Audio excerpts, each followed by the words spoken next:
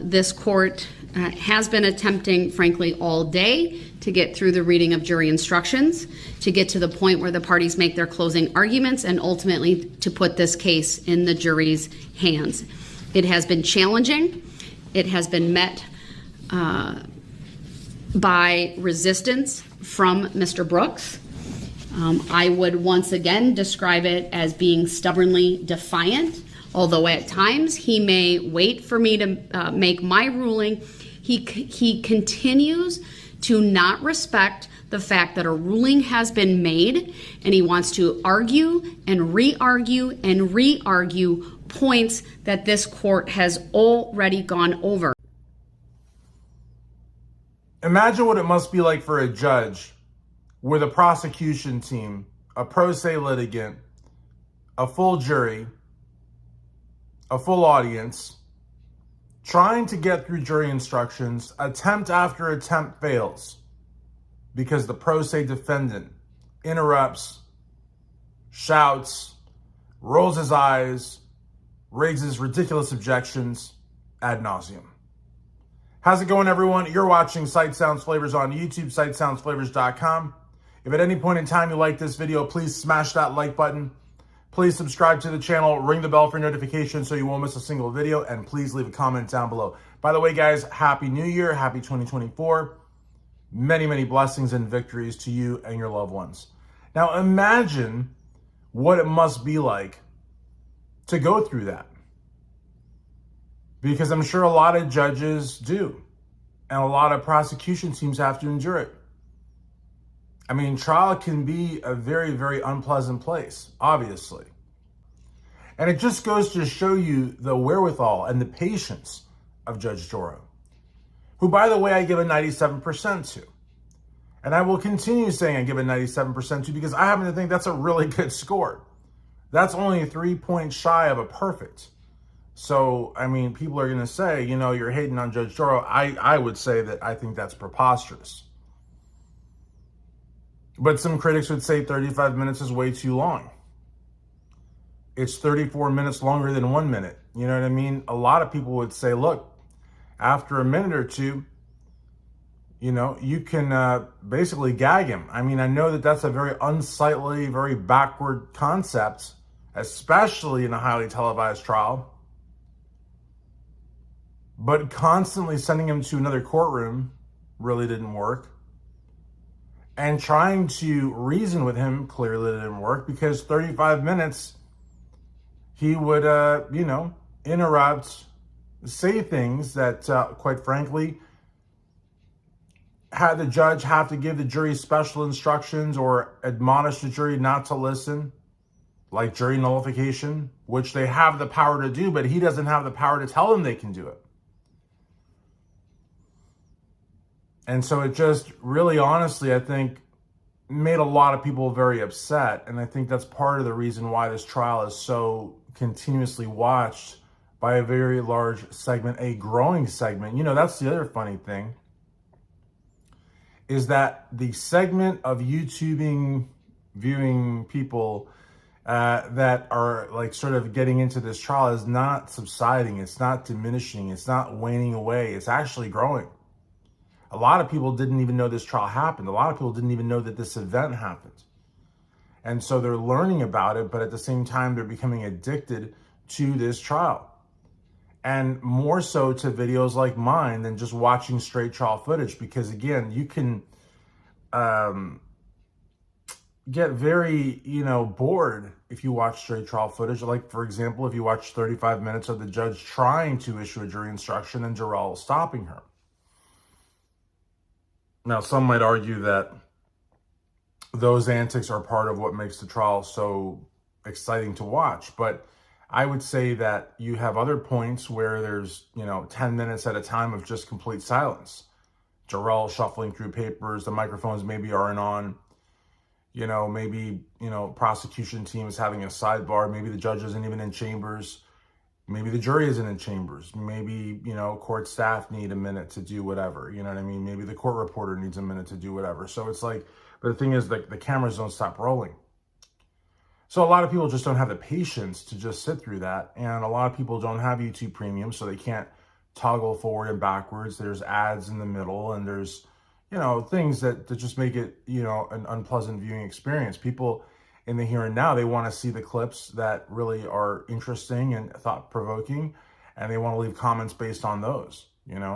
So I think that channels like mine, where I find clips, and a lot of times you, the viewers, send me clips, because again, I don't have the time either to sift through. I mean, just one day alone could be like 8, 9, 10 hours worth of trial. So, and it's interesting because the more that you analyze the various different clips, you start to see some commonality, and you start to see some overlap, and you start to maybe be able to piece together enough to get an idea what is going through Darrell Brooks Jr.'s mind. Because again, the guy's not insane, but his utter lack of remorse, his utter inability to be accountable and to process any kind of criticism.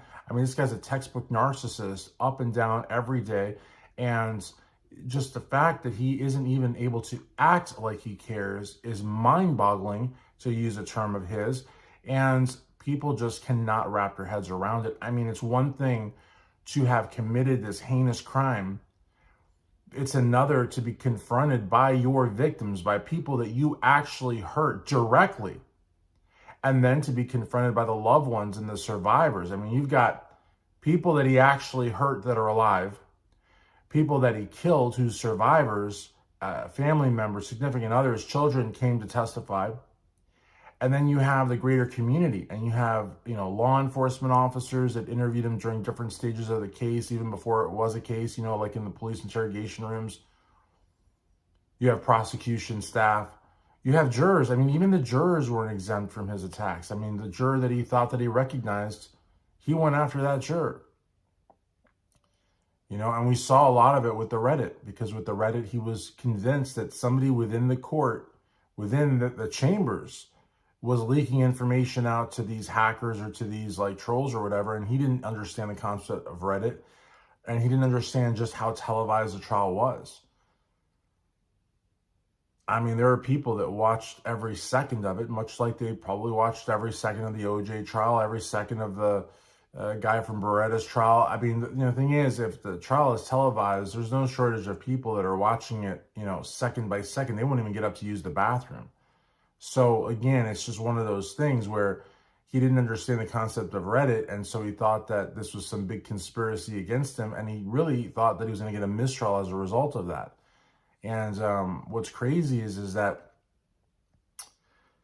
when, we're here talking about how it took 35 minutes to get through various attempts to give a jury instruction, it really then becomes kind of common, kind of normal, if you will. Because if a guy isn't letting you speak, if a guy is constantly having to be taken to another courtroom, and then you can still hear him from the other courtroom, it begs the question, I mean, is that a solution? No, it's not.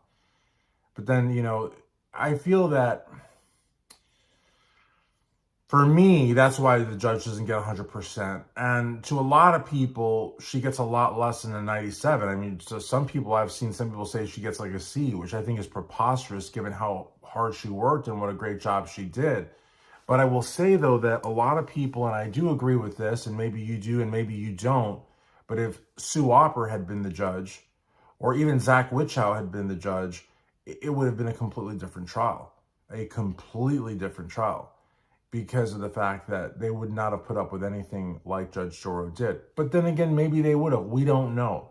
These what-if situations are very limiting because, again, they're not reality. And we're altering, facts, and we're stretching things, and we're just trying to see. I think a lot of people would like to believe that if Sue Opper was the judge, she'd act the same way she acted as a prosecutor. But these are two entirely different roles. And so I don't know. I mean, maybe the judge went as quickly as she could, but it's also not a race. And you also don't want to be, ruled against on appeal. And you also don't want to be challenged by any number of lawyers and paralegals and just people that know the legal system that are going to watch the trial online, and they're going to leave comments online and maybe make their own videos and criticize her.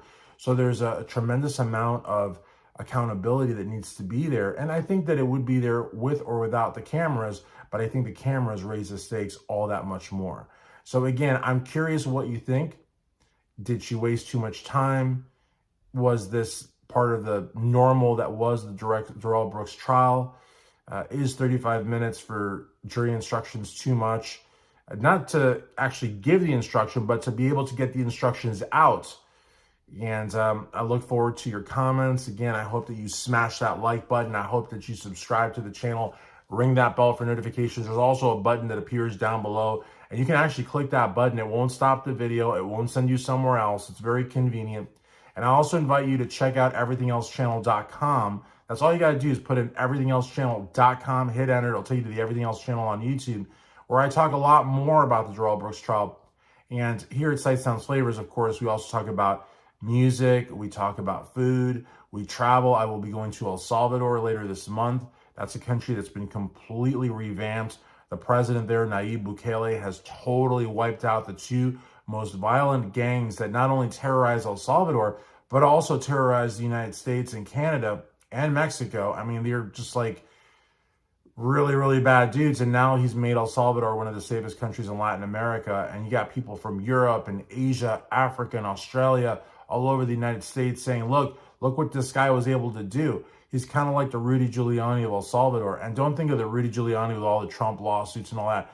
Rudy Giuliani, you know, had some questionable practices in New York City when he was mayor. I don't know that I agree 100% with any of them, because they were, again, very, very hard on the Constitution. But New York was a dump. And after he was done with it, it was a very vibrant city where people felt safe to go and people wanted to invest in and open businesses. And we're talking about parts like Times Square where, I mean, a lot of people wouldn't be caught dead there. And when Giuliani left, Disney was there. Hotels were flourishing. Streets were clean. There wasn't riffraff. There wasn't like adult theaters everywhere. He cleaned everything, you know, maybe at the cost of civil liberties and the Constitution, but he cleaned up everything. And Bukele is doing the same in El Salvador, only that in El Salvador, the gangs there were essentially like running entire parts of his country. And now they're scared to be seen in public. Now, if they flash a gang sign, you got 20, 30, 40 citizens reporting that person to the police and maybe even holding him until the police get there to take him off to jail. So completely different place. And I'm very excited to go, and we'll be putting a lot of the content here at Sight Sounds Flavors on YouTube, because that's what Sight Sounds Flavors is all about. But it also has, you know, the unfiltered playlist where we put trial stuff and current events. So please, please, please like, subscribe, comment here at here at Sight Sounds Flavors, and also check out everythingelsechannel.com for more. Thanks.